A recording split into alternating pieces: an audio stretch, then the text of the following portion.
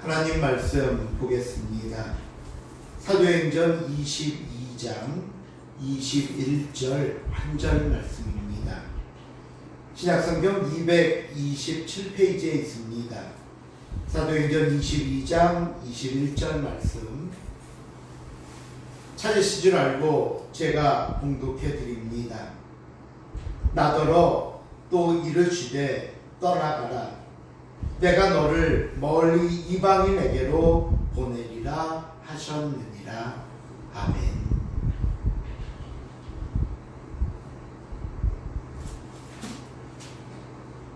지난 시간에 많은 사람들이 염려했던 대로 예루살렘에서 붙잡힌 바울의 모습을 보았습니다. 천부장은 바울을 조사하기 위해 영내로 데리고 들어갑니다. 이때 바울은 천부장과 헬라어로 대화를 하고 있었던 것 같습니다. 그러다가 변호할 기회를 얻고는 유대인들을 향해서는 히브리어로 말을 하자 사람들은 놀라면서 도대체 이 사람이 뭐라고 이야기를 하는지 드러나 보자 하는 마음으로 바울의 이야기에 귀를 기울입니다. 그렇게 해서 오늘 본문의 내용인 바울의 변론이 시작되는데요. 오늘 변론에서 바울은 크게 두 가지 사실을 이야기합니다. 하나는 자신이 과거 어떤 사람이었는가 하는 것과 두 번째는 어떻게 예수님을 믿게 되었고 이방 사역을 하게 되었는지에 대한 이야기입니다. 자, 그럼 먼저 자신을 소개하는 부분입니다. 오늘 본문 3절로 가보겠습니다. 22장 3절 같이 한번 읽어봅니다. 시작.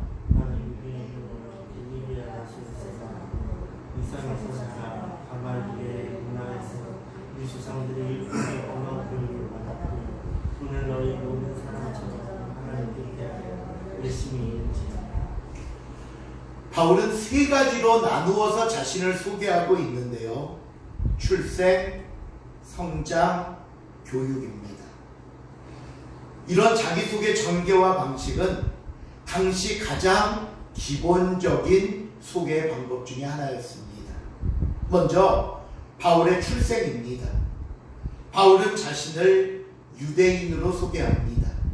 그러면서 길리기아 지방 다소라는 성에서 태어났다라고 말하는데 이는 자신이 그 다소라는 커다란 성읍, 쉽게 말하면 대도시에 해당하는 겁니다.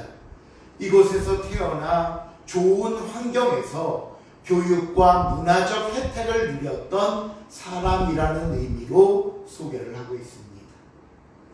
두 번째로 자신은 예루살렘에서 자랐다라고 말합니다. 우리도 사람을 만나서 어떤 관계를 이야기할 때 가장 대표적으로 학연, 지연, 혈연 등을 많이 사용하면서 어떻게든 상대방과 연결고리를 찾거나 유대감을 만들려고 했듯이 오늘 이 예루살렘에서 자랐다라는 말은 나도 지금 이 자리에 있는 여러분 유대인들과 다르지 않다는 것을 말하고 싶었던 겁니다. 그리고 세 번째로 가말리엘의 문화에 있었다라고 합니다. 우리가 앞에 사도행전 5장에서 이 가말리엘에 대한 말씀을 한번 같이 살펴본 적이 있습니다. 특별히 5장 34절을 보시면요, 바리새인 가말리엘은 율법교사로 모든 백성에게 존경을 받는 자라 라고 설명했듯이 이 가말리엘은 당시 최고의 랍비들에게만 호칭하던 라반이라는 칭호를 받는 랍비였고요. 또 역시 당대 최고의 랍비라 불렸던 힐레의 손자이자 그의 제자로 공부한 사람입니다. 이 말을 오늘날로 바꾸어 말하면 소위 어느 명문대 이름만 대면 그 학교 사람들이 다 알면서 그 사람의 실력을 인정해 주듯이 내가 가말리엘 문화에 있었다는 말은 곧 바울이 어떤 사람인가를 모두 함축해서 설명하는 이야기가 됐던 것입니다. 이어서 바울은 자신이 유대인으로서 율법에 얼마나 엄격하고 철저한 사람이었는가를 이야기하는데 그 예로 든 것이 뭐냐 하면요, 과거 교회를 핍박하던 모습이었습니다. 하루는 바울이 다메섹에 있는 기독교인들을 잡아 예루살렘으로 끌고 가서 형벌을 받게 하기 위해 공문을 받고 가는 길이었습니다. 그때 평생 잊지 못할, 그리고 바울의 삶을 송두리째 뒤바꿔버린 사건을 만나게 되는데 그 이야기를 간추려 보면 이렇습니다. 그가 다메섹에 거의 다다랐을 때 정오쯤 되어 하늘로부터 큰 빛이 바울을 둘러 비치면서 사울아 사울아 네가 왜 나를 박해하느냐라는 소리가 났습니다. 너무 놀라 주님 누구시니까 물으니 나는 네가 박해하는 나사렛 예수라 했다는 겁니다. 이 사건으로 인해 바울은 앞을 보지 못하게 됐고 같이 가던 사람들에 의해 부축을 받으며 다메섹에 들어가 그곳에 있던 아나니아라는 제자를 만나게 됩니다. 아나니아를 통해 다시 앞을 볼 수 있게 된 바울은 일어나 주의 이름을 불러 세례를 받고 너의 죄를 씻으라는 말씀을 듣게 됩니다. 사실 우리는 이 이야기를 이미 앞에 9장에서 한번 보았고요. 우리가 뒤에 26장에서도 한 번 더 볼 수 있는 내용입니다. 그런데 그 다음 17절부터가 중요합니다.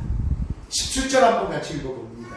본문 17절 말씀 시작.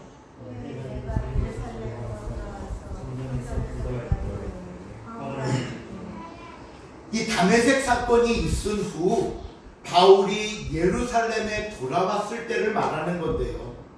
제가 앞에서도 그 회심 사건은 9장, 오늘 본문 26장 이렇게 세 번에 나온다고 말씀드렸지만 이 예루살렘에 있었던 일은 오늘 본문이 처음이자 마지막 언급되는 이야기입니다. 또 사도 바울이 기록한 그 수많은 서신서에도 한 번도 언급하지 않은 내용입니다. 그렇다면 바울이 오늘 이 예루살렘에서 본 환상을 특별히 이야기하는 이유가 뭘까요? 첫 번째 이유는요, 지금 바울의 말을 듣고 있는 대상이 유대인이기 때문이고요. 즉 유대인에게 이 말을 해줘야겠다 생각해서 하는 거고요. 두 번째는 자신이 왜 이방인들에게 복음을 전하게 되었는가를 설명해야 되기 때문입니다. 유대인들에게 내가 왜 이방인에게 복음을 전해야 됐는가, 이 두 가지를 기억하시면서 바울의 환상을 한번 들어보시기 바랍니다. 18절입니다. 시작.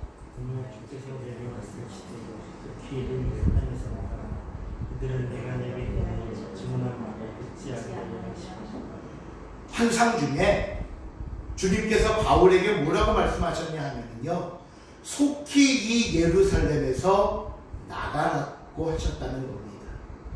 그러면서 덧붙여 말씀하시기를 그 뒤에 21절을 보시면요, 나더러 또 이르시되 떠나가라 떠나라 내가 너를 멀리 이방인에게로 보내리라 하셨느니라. 그러니까 너는 예루살렘에서 복음을 전할 것이 아니라 멀리 이방인에게 복음을 전해야 할 사람이라고 말씀하셨다는 겁니다. 그렇다면 바울은 이 예루살렘 환상 이야기를 통해 유대인들에게 무엇을 전달하고 싶은 것일까요? 자신의 회심 사건과 예루살렘에서 본 환상을 통해 유대인들에게 바로 이 이야기를 하려는 겁니다. 무슨 이야기냐면요, 내가 예수님을 믿고 기독교인이 된 것은 전적으로 하나님께서 하신 일이다.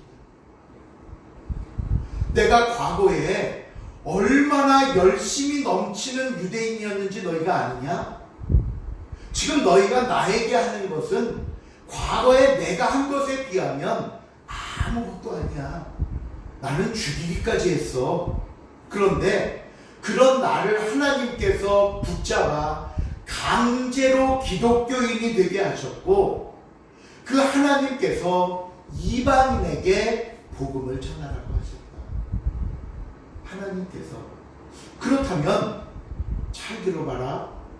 당신들은 유대인들이고 하나님을 믿는 사람들이 아니냐? 그런데 나의 하나님이자 곧 당신의 하나님께서 나에게 이방인에게 복음을 전하라 하셔서 나는 순종한 것뿐이다. 입장을 바꿔서 하나님께서 당신들에게 이런 사건을 통해 말씀하셨다면 당신들은 순종했겠느냐, 거절했겠느냐? 왜 지금 바울이 자신을 변론하는 자리에서 어떤 다른 설명을 하지 않고 그저 자신에게 일어났던 이야기만 하는지 여러분 아시겠지요? 다른 말이 필요가 없습니다. 자신에게 하신 하나님의 말씀과 자신을 변화시킨 하나님의 일이 곧 자신이 해야 할 사명이자 삶이었기 때문입니다. 바울의 이야기를 들은 유대인들은 난감해졌습니다. 바울의 말이 잘못됐다고 하면 하나님을 거부하고 하나님의 말씀을 무시하는 것이 되고, 왜요? 하나님이 변화시켰고 하나님이 가라고 했기 때문에. 그렇다고 바울의 말을 인정한다면 이방인에게 복음 전하는 것은 아무 잘못도 없기에 그냥 바울을 풀어주고 앞으로도 바울의 전도를 인정해줘야 되기 때문입니다. 그러니 지금 유대인들은 이러지도 저러지도 못하게 된 겁니다. 그렇다면 유대인들이 이 바울의 이야기를 듣고 어떤 결론을 내렸는지 볼까요? 22절, 23절입니다. 시작.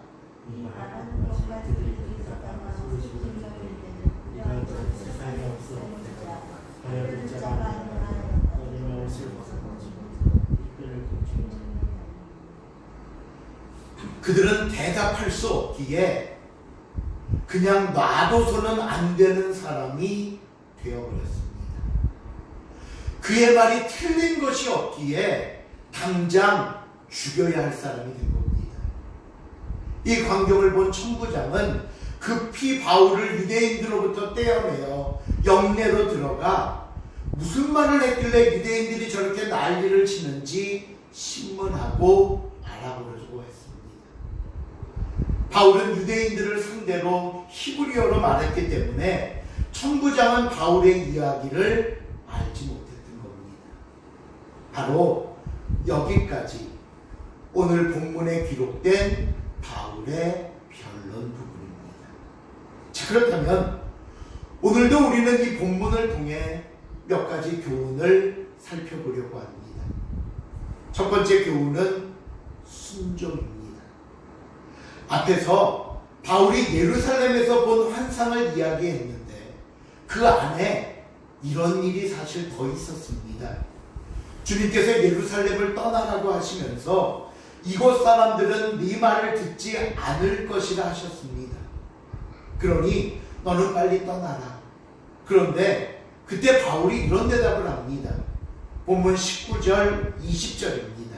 시작. 내가 주를 믿는 사람들과도 또 그나의 사람들이었고 또 주의 신의 이방의 그들을 위해 내 곁에 서서 찬송하고 그 그 주위에 있는 사람들이 옷을 찢고 근거하나이다. 바울이 왜 이 말을 했냐 하면요, 지금 유대인들에게 자신만큼 복음을 전하는데 적임자가 없다는 것을 강조하는 겁니다. 생각해 보십시오. 과거에 누구보다 예수를 핍박하고 교회와 성도들을 잡아 죽이기까지 하던 사람이 예수를 믿게 됐습니다. 그렇다면 이 모습을 기억하고 봤던 사람들은 다른 어떤 사람이 예수를 믿는 것보다 더 충격일 것이고, 그로부터 얻어지는 광고나 효과는 어마어마할 겁니다. 와, 저 사람이 예수를 믿었어? 난 세상 사람 다 믿어도 저 사람은 안 믿을 줄 알았는데 저 사람이 예수를 믿었다고? 그러니 여기서 복음을 전할 사람은 바로 나, 저밖에 없습니다. 제가 최고 적임자입니다 라고 바울이 말하는 거예요. 하지만 그런 바울에게 주님이 뭐라고요? 속히 예루살렘에서 나가라 하셨고, 나더러 또 이르시되 떠나가라 하셨다는 겁니다. 우리가 신앙생활 하면서 뭐 하나님과 이렇게 다투거나 의견이 안 맞을 일이 그렇게 많지는 않습니다. 언제나 우리는 하나님의 뜻에 순종하기를 원하고 언제나 주님 뜻대로 살기 위해 기도하며 노력하는 우리이기 때문입니다. 그런데 언제 우리가 주님과 종종 부딪히는가 하면요, 바로 이럴 때입니다. 제가 주님을 위해 일하겠습니다. 제가 하겠다고 자청했고요, 할 수 있다는 자신감도 있고요, 이건 그 누가 아니라 내가 해야 할 일이라는 확신도 있습니다. 주님, 그러면 다 된 거 아닙니까? 아니, 남들은 안 한다고 해서 문제인데 왜 저는 하겠다고 하는데도 못하게 하십니까? 저는요, 이런 모습을 볼 때마다 성전을 건축하겠다는 다윗을 생각해 봅니다. 다윗은 하나님의 성전을 짓는 일을 자신의 사명으로 여겼습니다. 다윗에게는 충분히 그럴 만한 힘도 있었고 능력도 있었을 뿐만 아니라 그것은 다윗 아니면 다른 누구도 할 수 없는 일입니다. 그러니 다윗이 성전을 건축하겠다는 소원이 얼마나 감사한 일입니까? 당시 나단 선지자 역시 생각이 다르지 않았습니다. 사무엘하 7장 3절을 보시면요, 성전을 짓겠다는 다윗의 말을 듣고 선지자가 다윗에게 이렇게 말합니다. 나단이 왕께 아뢰되 여호와께서 왕과 함께 하시니 마음에 있는 모든 것을 행하소서 하니라. 나단도 당연히 기뻤습니다. 너무나 감사했습니다. 그래서 뭐라고요? 당신의 마음이 곧 하나님 마음입니다. 하나님도 당신의 마음을 기뻐하실 겁니다. 그러니 다윗이요, 당신이 하고 싶은 모든 것을 하십시오. 그런데요, 그날 밤 하나님께서 나단에게 말씀합니다. 다윗이 아니라 다윗의 아들 솔로몬이 성전을 건축할 것이다. 여러분, 하나님께서 다윗이나 바울을 통해 무슨 말씀을 하시려는 것일까요? 하나님을 위한 일에 세상의 많은 것들이 도움이 될 수 있습니다. 하지만 그것이 전부이거나 절대적인 것은 아니라는 말씀입니다. 분명히 그것이 나의 재능이고 달란트여서 그걸 통해 내가 큰 업적을 만들 수 있는 것도 사실입니다. 하지만 그것마저도 의지하지 말라는 말씀입니다. 바울이 본 예루살렘의 환상은 앞으로 바울이 해야 할 일을 가르쳐 주셨다는 단순한 의미를 넘어 바울의 삶이 어떻게 변화되어야 할지를 보여주는 너무나 귀중한 말씀입니다. 그러므로 이 시간 사랑하는 성도 여러분, 분명히 기억하시기 바랍니다. 하나님께서는요, 사명감에 불타고 뭔가 가진 것이 많고 월등하고 뛰어난 사람을 사용하시는 것이 아닙니다. 하나님께서는 순종하는 사람을 사용하십니다. 그렇다면 우리의 지식, 어떤 경험, 재능 등은 다 소용없는 것일까요?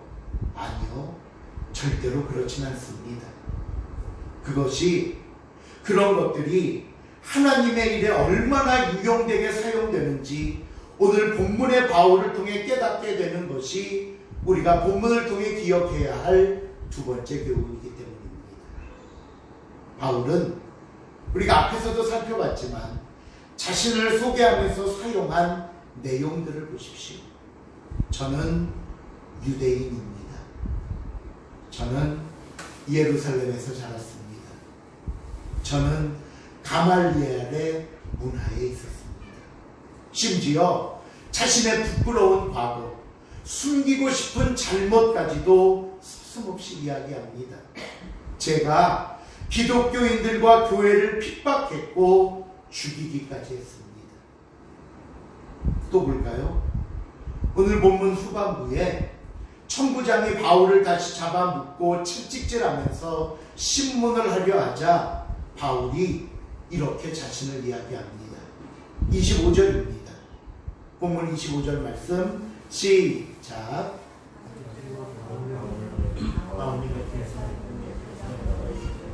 너희는 로마 시민인 죄를 정하지 않으면 채찍질할 수 있는. 이 순간 바울은 내가 로마 시민이라는 것을 당당하게 밝힙니다. 그러자 그 말을 들은 천부장의 반응을 보십시오.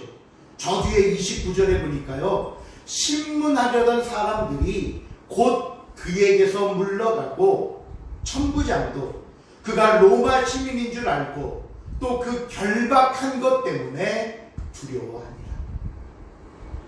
당시 로마법에 의하면 로마 시민의 잘못은 로마 법정에서만 다루어야 했고, 그러지 않고 임의로 결박하거나 형벌을 가하면 위법이 되었습니다.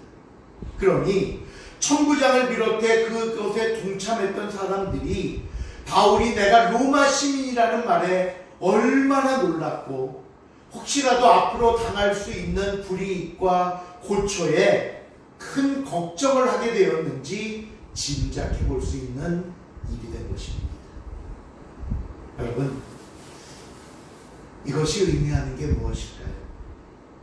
세상에는 헛된 경험은 없습니다. 당시에는 아픔이었고 다시는 경험하고 싶지 않고 마음에 남은 깊은 상처라 할지라도 지금 내가 그것을 어떻게 다루고 사용하는지에 따라서 그것이 나의 미래를 위한 도구와 재료가 될 수 있고, 반대로 내 자신을 붙잡고 무너뜨리는 올가미가 될 수 있는 겁니다. 제가 학생들을 만나 강의할 때 우리 인생은 수많은 퍼즐들이 모여서 이루는 그림과 같다라는 말을 합니다. 앞에 그림을 보시면 퍼즐이 있습니다. 여러분 보실 때 왼쪽 이렇게 펭귄 있죠? 이렇게 펭귄 그림이 있는 퍼즐이 있다고 생각을 해보십시오. 아마 이 퍼즐의 가장 중요한 부분은 이 펭귄 그림을 나타내고 있는 이런 선, 색, 또 이 면에 해당되는 퍼즐일 것입니다. 이게 없으면 그림이 완성이 되지 않기 때문이죠. 근데 반대로 이 한쪽 끝에 있는 퍼즐을 생각해 보십시오. 그저 흰색이고 아무 색도 선도 없습니다. 요거 하나 없어도, 여기 오른쪽에 빨간 바탕의 퍼즐을 보시면 요 제일 끝에 있는 요 퍼즐 하나 띄어나간다고 해서 그림을 이해하지 못하거나 뭐가 부족한 것은 아닙니다. 그렇다면 저 한쪽 끝에 있는 아무런 색이나 선, 어떤 표시도 없는 신바탕의 퍼즐은 우리가 아무 의미 없다고 해서 버리거나 끼워 넣지 않으면 이 퍼즐이 완성된 것일까요? 아닙니다. 모든 그림은, 모든 퍼즐은 자신의 자리가 있고 자신의 역할이 있듯이 오늘 저와 여러분의 삶도 그렇습니다. 우리가 살다 보면요, 좋은 경험을 할 때도 있고 나쁜 경험을 할 때도 있습니다. 좋은 환경 속에 있을 때도 있고 나쁜 환경 속에 있을 수도 있습니다. 또 어떤 일에 대해서는요, 아무 의미가 없어 보이는 시간일 수도 있습니다. 하지만 하나님께서는 그런 우리의 삶 모든 것을 사용하십니다. 그래서 저와 여러분의 시간 속에 헛된 것은 없습니다. 그것이 무엇이 되었건 우리에게 무의미하게 주어지는 것도 없다는 말씀입니다. 여러분, 오늘 이 시간까지 내가 어떤 삶을 살았는지 한번 잘 생각해 보십시오. 좋은 일도 있었지만 나쁜 일도 있었겠고, 행복한 시간도 있었지만 불행하다 여기는 시간도 있었을 겁니다. 하지만 이제는 그 모든 것들을 어떻게 주님을 위한 일에 사용할지 계획해 보시기 바랍니다. 고린도후서 1장 4절과 5절에 보면요, 이런 말씀이 나옵니다. 제가 한번 읽어봅니다. 우리의 모든 환난 중에서 우리를 위로하사 우리로 하여금 하나님께 받는 위로로서 모든 환난 중에 있는 자들을 능히 위로하게 하시는 이시로다. 그리스도의 고난이 우리에게 넘친 것 같이 우리가 받는 위로도 그리스도로 말미암아 넘치는도다. 우리가 환난 받을 때 하나님께서 우리를 위로하심으로 나중에 우리가 받았던 그 위로로 하여금 환난 중에 있는 다른 사람들을 위로케 하실 것이다 라는 말씀입니다. 그러게 그 다음 6절에 보면요, 결론적으로 이렇게 말씀합니다. 우리가 환난 당하는 것도 너희의 위로와 구원을 받게 하려는 것이요, 우리가 위로를 받은 것도 너희가 위로를 받게 하려는 것이니 이 위로가 너희 속에 역사하여 우리가 받는 것 같은 고난을 너희도 견디게 합니다. 지금 당하는 우리의 환난, 그리고 그로부터 받은 위로, 이 모든 경험과 삶은 하나도 무의미한 것이 없습니다. 주님의 일을 위하여, 주님의 사람을 돕는 일을 위하여 사용하시고자 먼저 경험하게 하신 일이라는 사실을 여러분 잊지 마시기를 바랍니다. 오늘 바울은 자신의 출생, 성장, 학식, 심지어 자신이 잘못했던 죄까지 훗날 주님을 위한 일에 사용하려고 하는 지혜를 보았습니다. 세상 것을 의지하고 이것이 나를 지탱하고 이끄는 전부로 여겨서는 안 되지만 하나님은 저와 여러분의 삶을 사용하신다는 것을 여러분 잊지 마시길 바랍니다. 말씀을 맺습니다. 우리는 오늘 바울의 변론을 보면서 첫째로 우리를 강권하시고 주관하시는 하나님을 보았습니다.